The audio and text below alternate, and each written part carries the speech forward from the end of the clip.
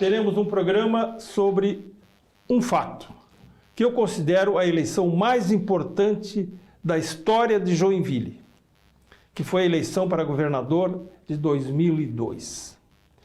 Nós vamos relembrá-la desde a pré-campanha, a campanha, o primeiro turno e o segundo turno.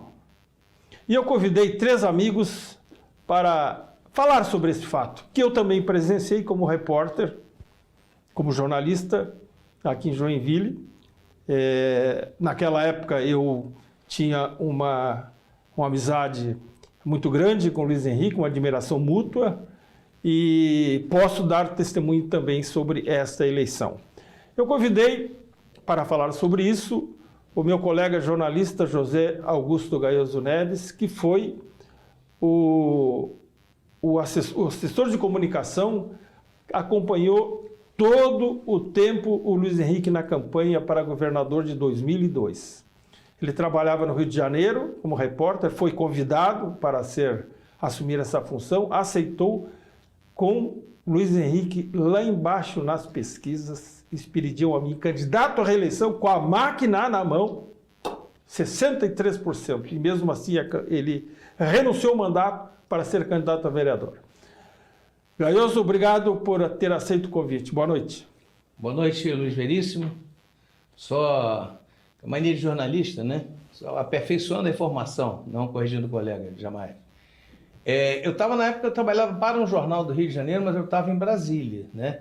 Eu fazia a cobertura do Congresso, e inclusive antes do Luiz Henrique voltar para ser prefeito, a gente tinha muito contato lá, né? Porque eu cobria Congresso e a minha família morava aqui em Joinville, e daí eu vim para acompanhar a campanha. E o resto é a história que a gente vai tentar contar alguns pedaços aqui. Exatamente. E também está aqui conosco outro grande amigo de longa data, Cleonir José Branco, que também foi muito próximo do Luiz Henrique, inclusive até a sua morte. Era um dos que participaram também ativamente dessa campanha de 2002. Boa noite, Cleonir. Obrigado por ter aceito o convite e por vir falar sobre esse momento histórico que aconteceu exatamente 22 anos, né? Boa noite, Cleonir. Boa noite, Veríssimo, grande amigo. Boa noite, Zé Gaioso.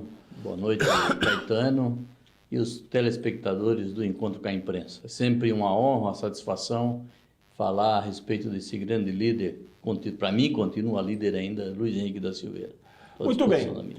O Cleonir era do MDB na época, e eu convidei outro amigo de longa data, meu ex-companheiro de Câmara de Vereadores, de assessoria da Câmara de Vereadores, Carlos Caetano, que foi uma das pessoas também muito próximas do então vice-prefeito Marco Antônio Tebaldi, que acabou herdando a prefeitura, já que o Luiz Henrique renunciou o mandato para ser candidato.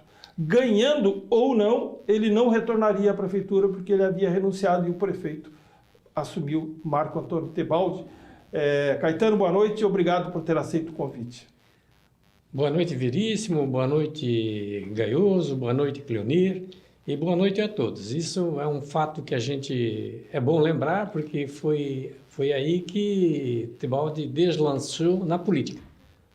Exatamente. 2 grandes vencedores em 2002.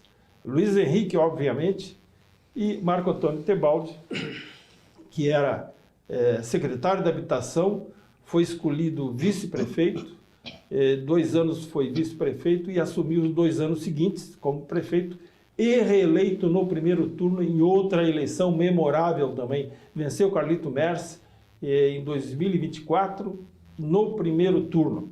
Mas antes eu gostaria de contextualizar o seguinte. Governador Esperidião Amin, com alto índice de popularidade, fazia parte do seu governo, da sua coligação, o PSDB. E a seguinte situação vivia o partido. Aqui em Joinville era pró-MDB, aliado ao MDB, e a nível estadual, aliado ao PP, não sei se era PP na época, Caetano me ajude, do Esperidião Amin, com 3 cargos importantes, inclusive um deles um joinvilense. Caetano, Quando é que o partido aqui em Joinville, quando o Tebaldo já vice-prefeito, quando é que o partido, vocês acreditaram que realmente iriam assumir a prefeitura porque o Luiz Henrique estava decidido a renunciar ao mandato? Veríssimo, as coisas na política, às vezes, ela tem umas mudanças meio rápidas. Porque até então, o candidato a vice do Luiz Henrique era o Edgar Meister, o empresário Edgar Meister, que por uma fatalidade no final do ano veio a falecer. E daí houve um vácuo e uma briga interna dentro do PSDB, onde nós ficamos 6 meses meio afastados, até quando o Tebaldo veio assumir a presidência do partido. Quando o Tebaldo veio assumir a presidência do partido e organizar o partido e fez aquelas células do partido a nível dos bairros e dos segmentos, o partido tomou outra cara. E tomando outra cara, é claro que nós tínhamos um compromisso com o governador Luiz Henrique. Na época era prefeito e que nós tínhamos que elegê-lo para que a gente possivelmente assumiria a vice-prefeitura com o Tebaldi. O que ocorreu foi que nós já tínhamos o apoio de Joinville e da Grande Joinville, toda a região. PSDB. Daqui da região, né? Aqui na região para apoio ao Luiz Henrique. Mas, como você mesmo relatou, o PSB estava no governo a mim. Inclusive o Henrique Weber, o falecido Henrique Weber, era secretário de Desenvolvimento Econômico na época. Nós tínhamos também o secretário da Justiça, que era o Paulo César Ramos de Oliveira. Também de Joinville. Também de Joinville. Tucano também, filiado no PSDB, mesmo que isso até por lá na frente teve um problema com ele, porque ele não podia ser filiado com tanta rapidez ao partido, porque ele era promotor público. Voltando então, daí isso deu uma briga grande, né? O que ocorreu é que nós saímos pelo estado inteiro fazendo visita nos municípios para aproximar o PSDB do Luiz Henrique e do PMDB. Então visitamos os 295 municípios de Santa Catarina, município por município, tentando aproximar o PSDB do PMDB, falando que a liderança do Luiz Henrique era uma liderança diferente de todos com quem eles tinham convivido até na época.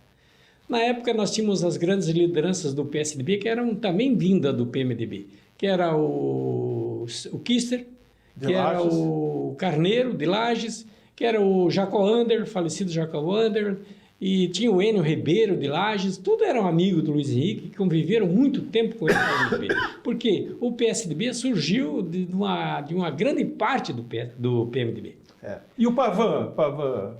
Olha, o Pavan, na época, ele tinha uma militância meio estrita dentro de Balneário Camboriú, não muito distante. É claro que era uma liderança emergente na época, vinda do PDT, o Pavan era do PDT, e estava, naquela época, claro, já colocando as suas pretensões a nível de Estado e a nível regional, inclusive. Certo. Ô Caetano, essa mudança que aconteceu depois que o Luiz Henrique renunciou, dando uma garantia ao PSDB de que ele tem palavra, essa decisão para o Kister, para esse pessoal do PSDB daqui de Juiz, será que veio de cima lá da cúpula do PSDB, dos amigos do Luiz Henrique, lá de Brasília, da Câmara Federal, da Executiva Nacional? Olha, assim, até lá em cima, os daqui tentaram intervir lá. Tinha o Antônio Luiz, na época, que inclusive tinha sido secretário, se não me engano, do Luiz Henrique. Sim. E o Antônio Luiz, ele tinha...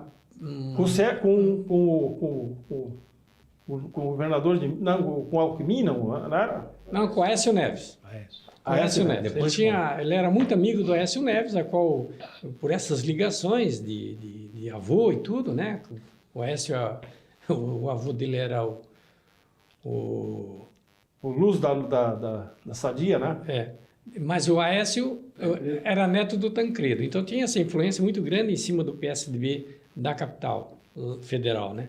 Mas mesmo assim, Veríssimo, o Luiz Henrique tinha muitos amigos dentro do PSDB, onde garantiram a ele essa ligação do PSDB. Se o PSDB de Joinville, o PSDB de Santa Catarina quisesse, estaríamos junto, então, o PSDB e o PMDB para estar junto com o Luiz Henrique para governador. Bom. Mas isso tudo não foi muito fácil, né, Veríssimo? Tu sabe como é que funciona. teve vários embates, vários disputas. Participando do governo, com o governador bem avaliado, líder nas pesquisas, foi uma situação difícil para os tucanos lá de Florianópolis, de outras regiões que não fossem de Joinville, né, Gaetano? Correto, correto. Tanto que foi criado na época o Tucano Livre e Tucano Melhor. O que seria isso? Era uma ala do PSDB que não queria sair do governo Amin e era encabeçada pelo atual governador Jorginho de Mello, que na época era deputado estadual e ele tinha todo o seu braço dentro do governo Amin, né? Tanto que a indicação dele, a indicação do Paulo César Ramos de Oliveira para a Secretaria da Justiça, como do Henrique Weber, teve o aval da bancada e do Jorginho de Mello, que era deputado na época. E isso era um peso grande dentro do partido. Mas isso tudo foi construído e o Luiz Henrique realmente deu a palavra, deu o empenho, conversou individualmente com o Kister, com o Jacoander, com o Dalírio Beber, na época de Blumenau, e foi construindo isso. Não foi uma coisa assim de um dia para outra, foi uma coisa construída, porque não foi fácil. Porque o Amin estava no governo e era um candidato muito forte, tinha 60% de aprovação. Então, para o PSDB sair do governo e ir apoiar o Luiz Henrique, que na época as pesquisas, se nós fôssemos nos guiar pela pesquisa, Luiz Henrique não seria governador do estado de São Paulo. Sim, naquela época. Nem aqui acreditavam. Nem em Joinville, Veríssimo. E o PSDB, e principalmente a nossa liderança aqui de Joinville, o Marco Antônio Tebaldi, quando empenhou a palavra, mesmo não sendo ele, na época, nem não sendo ele o candidato a vice-prefeito, mas desde aquele momento ele honrou a palavra com o Luiz Henrique, vou assumir e vou trabalhar. E isso ele fez, e tudo que o Luiz Henrique nos garantiu, nos prometeu, ele cumpriu, como o Tebaldi também cumpriu toda a palavra empenhada ao Luiz Henrique, antes de assumir, porque ele foi eleito vice-prefeito, sabendo que o Luiz Henrique iria renunciar para ser candidato a governador. Nesses 2 anos antes, nós construímos essa aproximação do PSDB junto ao PMDB para apoiar o Luiz Henrique nas convenções e para que a gente pudéssemos estar junto nesse novo projeto para Santa Catarina. Bom, eu sou testemunha de uma conversa que tive com o então prefeito Luiz Henrique, lá na Piazza Itália, numa solenidade de entrega de prêmio de destaque do ano, eu acho que isso foi em novembro ou dezembro, do Antônio Neves.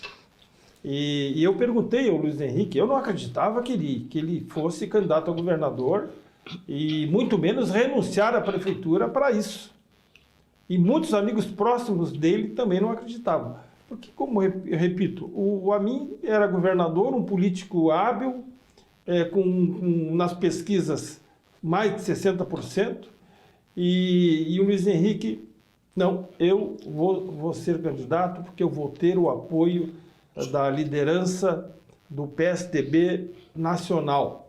Ô Zé, naquela época que você estava lá em Brasília, como é que você soube por que o Luiz Henrique tinha tanta certeza que contaria com o apoio do PSDB nacional, que viria influenciar os tucanos aqui em Santa Catarina?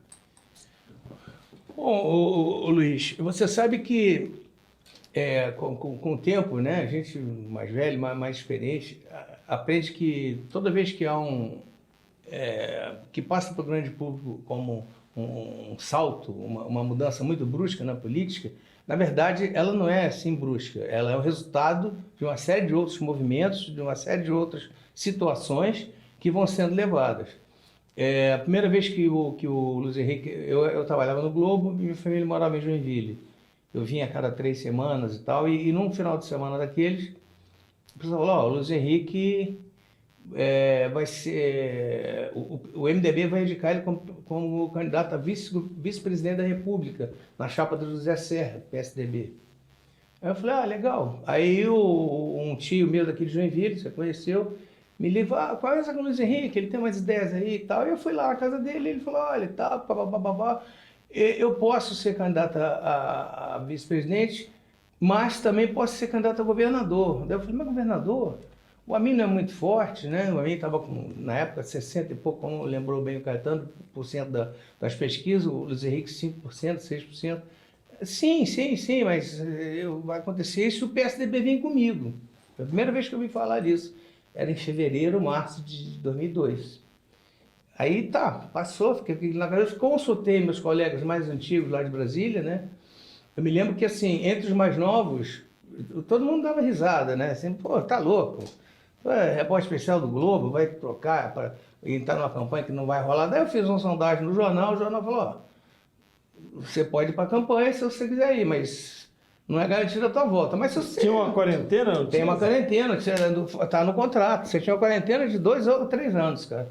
Mas aí minha chefe falou, não, mas você está bem na casa e tal, vamos congelar a tua vaga, se tiver errado, tu volta em dezembro. Aí eu fiquei mais tranquilo, né, cara? Pelo menos a nível de pagar os boletos dia 5.